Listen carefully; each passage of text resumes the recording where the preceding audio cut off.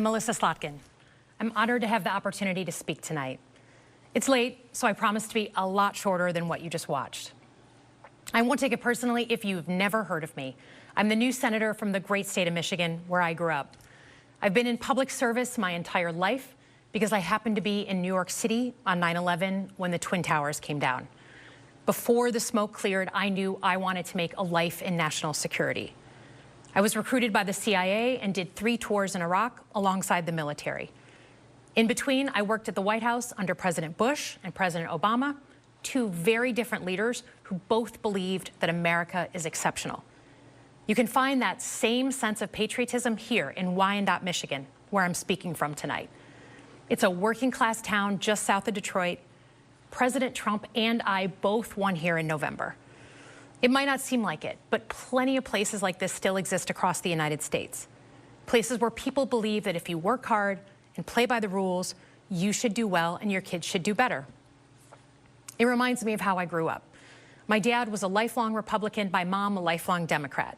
But it was never a big deal because we had shared values that were bigger than any one party. We just went through another fraught election season. Americans made it clear that prices are too high and that the government needs to be more responsive to their needs.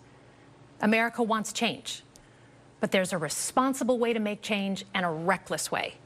And we can make that change without forgetting who we are as a country and as a democracy. So that's what I'm going to lay out tonight.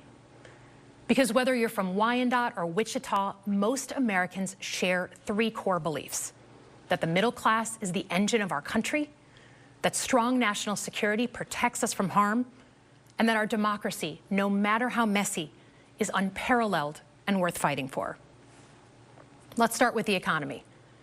Michigan literally invented the middle class, the revolutionary idea that you could work at an auto plant and afford the car you were building. That's the American dream. And in order to expand and protect the middle class, we have to do a few basic things. We need to bring down the price of things we spend the most money on: groceries, housing, healthcare. We need to make more things in America with good-paying union jobs and bring our supply chains back home from places like China. We need to give American businesses the certainty they need to invest and create the jobs of the future. And we need a tax system that's fair for people who don't happen to make $1 billion. Look, the president talked a big game on the economy, but it's always important to read the fine print. So, do his plans actually help Americans get ahead? Not even close. President Trump is trying to deliver an unprecedented giveaway to his billionaire friends. He's on the hunt to find trillions of dollars to pass along to the wealthiest in America. And to do that, he's going to make you pay in every part of your life. Grocery and home prices are going up, not down, and he hasn't laid out a credible plan to deal with either of those. His tariffs on allies like Canada will raise prices on energy, lumber, and cars, and start a trade war that will hurt manufacturing and farmers. Your premiums and prescriptions will cost more because the math on his proposals doesn't work without going after your health care. Meanwhile, for those keeping score, the national debt is going up, not down. And if he's not careful, he could walk us right into a recession. And one more thing. In order to pay for his plan, he could very well come after your retirement, the Social Security, Medicare, and VA benefits you worked your whole life to earn. The president claims he won't, but Elon Musk just called Social Security the biggest Ponzi scheme of all time. While we're on the subject of Elon Musk, is there anyone in America who is comfortable with him and his gang of 20-year-olds using their own computer servers to poke through your tax returns, your health information, and your bank accounts? No oversight, no protections against cyber attack, no guardrails on what they do with your private data. We need a more efficient government. You want to cut waste? I'll help you do it. But change doesn't need to be chaotic or make us less safe. The mindless firing of people who work to protect our nuclear weapons, keep our planes from crashing, and conduct the research that finds the cure for cancer, only to rehire them 2 days later? No CEO in America could do that without being summarily fired. Okay, so we've talked about economic security. How about national security? Let's start with the border. As someone who spent my whole career protecting our homeland, every country deserves to know who and what is coming across its border. Period. Democrats and Republicans should all be for that. But securing the border without actually fixing our broken immigration system is dealing with the symptom and not the disease. America is a nation of immigrants. We need a functional system keyed to the needs of our economy that allows vetted people to come and work here legally. So I look forward to the president's plan on that. Because here's the thing. Today's world is deeply interconnected. Migration, cyber threats, AI, environmental destruction, terrorism. One nation cannot face these issues alone. We need friends in all corners, and our safety depends on it.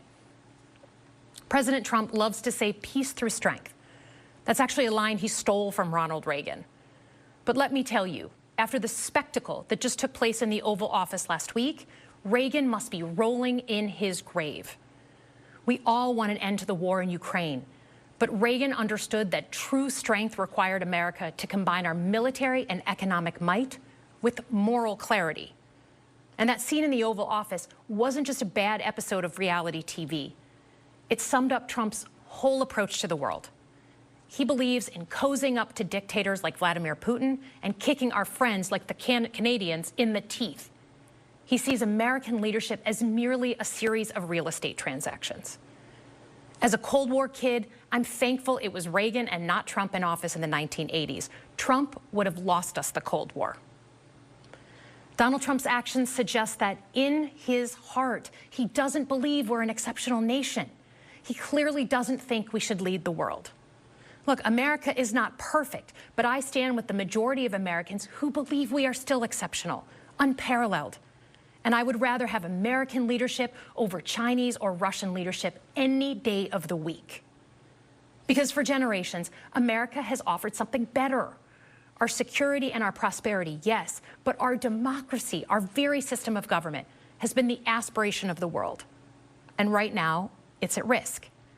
It's at risk when the president decides you can pick and choose what rules you want to follow, when he ignores court orders and the Constitution itself, or when elected leaders stand by and just let it happen.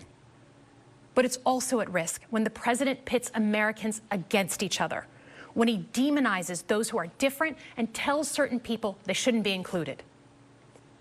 Because America is not just a patch of land between two oceans. We are more than that. Generations have fought and died to secure the fundamental rights that define us. Those rights and the fight for them make us who we are. We're a nation of strivers, risk takers, innovators, and we are never satisfied. That is America's superpower. And look, I've lived and worked in many countries. I've seen democracies flicker out. I've seen what life is like when a government is rigged. You can't open a business without paying off a corrupt official. You can't criticize the guys in charge without getting a knock at the door in the middle of the night. So as much as we need to make our government more responsive to our lives today, don't for one moment fool yourself that democracy isn't precious and worth saving. But how do we actually do that? I know a lot of you have been asking that question. First, don't tune out. It's easy to be exhausted, but America needs you now more than ever. If previous generations had not fought for this democracy, where would we be today? Second, hold your elected officials, including me, accountable.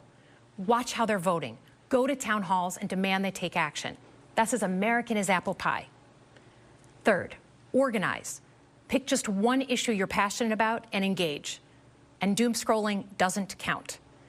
Join a group that cares about your issue and act. And if you can't find one, start one. Some of the most important movements in our history have come from the bottom up. In closing, we all know that our country is going through something right now. We're not sure what the next day is going to hold, let alone the next decade. But this isn't the first time we've experienced significant and tumultuous change as a country.